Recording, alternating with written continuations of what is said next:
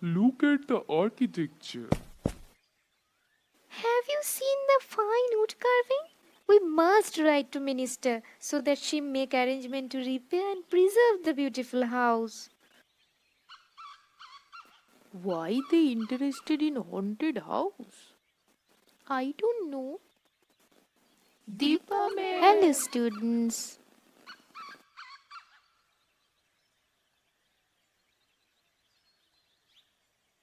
Ma'am, do they need to preserve that haunted house?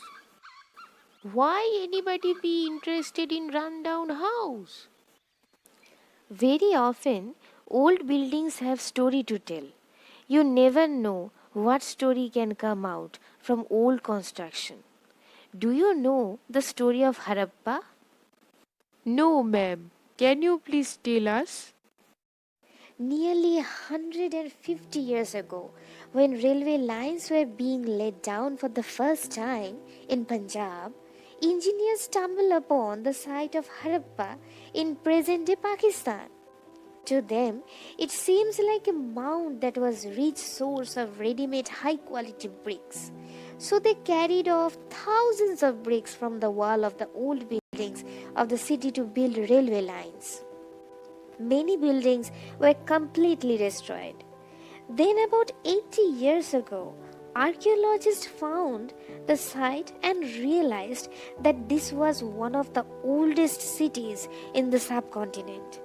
As this was the first city to discover, all other sites from where similar buildings were found were described as Harappan. These cities were developed about 4,700 years ago. Many of these cities were divided into two or more parts. Usually, the part of the west was smaller but higher. Archaeologists describe this as a citadel. Generally, the part of the east was larger but lower. This is called the lower town. Very often, walls of baked bricks were built around each part. The bricks were so well baked that they have lasted for thousands of years. The bricks were laid in an interlocated pattern, and that made the wall stronger. In some cities, special buildings were constructed on the citadel. For example, in Mohenjo-daro, a very special tank, which is archaeologists call the Great Bath, was built in the area. This was lined with bricks coated with plaster, made watertight with a layer of natural tar. There were steps leading down to it from two sides, where there were rooms on all sides. Water was probably brought in form of well and drained out after use. Perhaps important people took a dip in this tank on special occasions. Other cities such as Kalibangan and Lothal had fire altars, where sacrifices may have been performed, and some cities like Mohenjo-daro, Harappa, and Lothal had elaborated store houses. Generally, houses were either 1 or 2 stories high, with rooms built around a courtyard. Most houses had a separate bathing area, and some had well to supply water. Many of the cities had covered drains. Notice how carefully these were laid down in straight lines. Although you cannot see it, each drain had a gentle slope so that water could flow through it. Very often, drains in the house were connected to those on the streets, and smaller drains led into bigger ones. As the drains were covered, inspection holes were provided at interval to clean them. All three houses, drains, and streets were probably planned and built at the same time. Harappa city was a very busy place. There were people who planned the construction of special buildings in the city. These were probably the rulers. It is likely that the rulers sent people to distant land to get metal, precious stones, and other things that they wanted. They may have kept the most valuable object, such as ornament as gold, silver, or beautiful beads.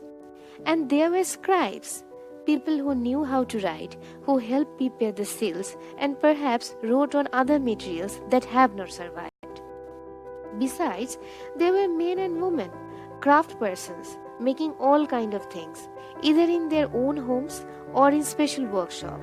People were traveling to distant lands or returning with raw materials and perhaps some stories.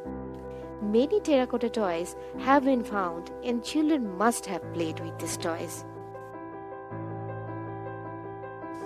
What did they eat? While many people lived in cities, others living in the countryside grew crops, reared animals. These farmers and herders supplied food to craftspersons, scribes, and rulers of the city. We know from the remains of plants that our Harappans grew wheat, barley, pulses, peas, rice, sesame, linseed, and mustard. Wow, they were advanced in many platforms. Then how did civilization end? Around 3,900 years ago, we find the beginning of the major change. People stopped living in many of the cities. Writing, seals, weights were no longer being used. Raw materials brought from long distances become rare. In Mohenjo-daro, we find that the garbage piled up on the streets, the drainage system broke down, and new, less impressive houses were built, even over the streets. Why did all this happen? We are not sure. Some scholars suggest that the river dried up, others suggest that there was deforestation. But none of these reasons can explain the end of all cities. Flooding or a river drying up would have had an effect on some cities of the area. It appears as if the rulers lost control. In any case, the effect of the change are quite clear. Sites in Sindh and West Punjab were abandoned, while many people moved into newer, smaller settlements on the east and the south. Now you see, all old places and buildings are not haunted because they can tell you the past history. So always try to admire and cherish old places. Who knows what story it holds for many, many years. Yes, Yes, we we will. will.